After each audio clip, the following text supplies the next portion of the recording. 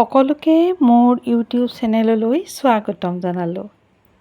এটা সৰু ভিডিঅ' প্ৰস্তুত কৰিলোঁ, সকলোৱে চাব বুলি আশা কৰিলোঁ। আৰু যদি ভিডিঅ'টো ভাল পায় লাইক, শ্বেয়াৰ, কমেণ্ট কৰিব বুলি আশা ৰাখিছোঁ। অসমৰ শোণিতপুৰ জিলাত অৱস্থিত এটা প্ৰাচীন শিৱ মন্দিৰ মহাভৈৰৱ মন্দিৰ। এই মন্দিৰ বানাসুৰে নিৰ্মাণ কৰিছিল।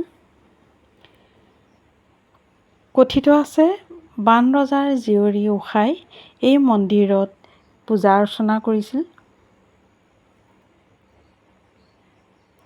পৌৰাণিক বিশ্বাস অনুসৰি এই মন্দিৰটো প্ৰথম অসুৰৰাজ বান ৰজাই শিলেৰে নিৰ্মাণ কৰিছিল আৰু 1897 চনত ভূমিকম্পত আচলতে মন্দিৰটো নষ্ট হৈছিল। তাৰপিছত পকী ঘৰ হিচাপে নিৰ্মাণ কৰা হয়। আৰু ইয়াৰ শিৱলিংগ হ'ল বৃহৎ শিৱলিংগ আৰু মন্দিৰৰ মূল দুৱাৰমুখত গণেশ আৰু হনুমানৰ সুন্দৰ মূৰ্তি দেখিবলৈ পোৱা যায়। আৰু প্ৰতি বছৰে মহাশিৱৰাত্ৰিও বহুত ধুমধামেৰে এই মন্দিৰত পালন কৰা হয়।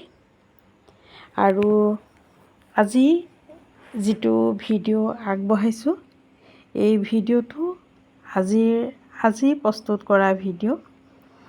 সৰুকৈ অকণমান মন্দিৰৰ পৰিৱেশটো দেখাবলৈ চেষ্টা কৰিলোঁ। আৰু যদি কোনো অসমৰ সকলোৱে আচলতে জানে আৰু যিসকল যোৱা নাই তেওঁলোকে যাব পাৰে, যিহেতু শাওণ মাহ শিৱ বাবাৰ মাহ। আচলতে শাওণ গোটেই মাহটোৱে আমি শিৱ বাবাক পূজা কৰোঁ। যিহেতু এই সময়খিনিত বিষ্ণুৱে আচলতে জিৰণি লয় আৰু শিৱ বাবাই পৰিচালনা কৰে। সেয়েহেতু গোটেই শাওণ মাহ আচলতে 3 মাহ ধৰি বিষ্ণুৱে জিৰণি লয় আৰু শিৱ বাবাই 3 মাহ পৰিচালনা কৰে। কিন্তু শাওণ মাহটো সম্পূৰ্ণ আচলতে প্ৰতিটো দিনেই আমি শিৱ বাবাক পূজা কৰিব পাৰোঁ। যদি কোনো লোকে যোৱা নাই আচলতে মহাভৈৰৱ মন্দিৰ চাবলৈ যাব পাৰিব। এটা পৌৰাণিক মন্দিৰ আৰু বৃহৎ শিৱলিংগ ভিতৰত গ'লে আচলতে মনটো খুবেই ভাল লাগে। আৰু এয়া মন্দিৰৰ পৰিৱেশ এনেও মনটো বহুত আনন্দ দিয়ে। আচলতে আমি যিকোনো মন্দিৰতেই যদি যাওঁ আমি মনটো বহুত আচলতে ভাল পাওঁ, আনন্দ লাগে।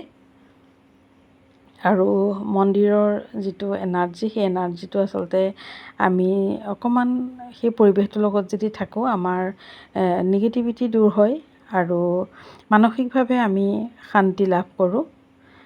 আৰু আমি যিমান পাৰি আচলতে ভগৱানৰ লগত জড়িত হৈ থাকিব লাগে। আৰু আচলতে আমি দেখুৱাই ভক্তি কৰা নহয়, আমি মনৰ ভিতৰৰ পৰা যদি ভক্তি কৰোঁ প্ৰতিটো মুহূৰ্তত আমাক ভগৱানে আচলতে সুৰক্ষিত কৰি ৰাখে। আমি ভগৱানক দেখুৱাই যদি পূজা নকৰোঁ কিন্তু মনৰ পৰা যদি পূজা কৰোঁ তেওঁলোকে আমাক সকলো দিশৰ পৰা সুৰক্ষিত কৰে।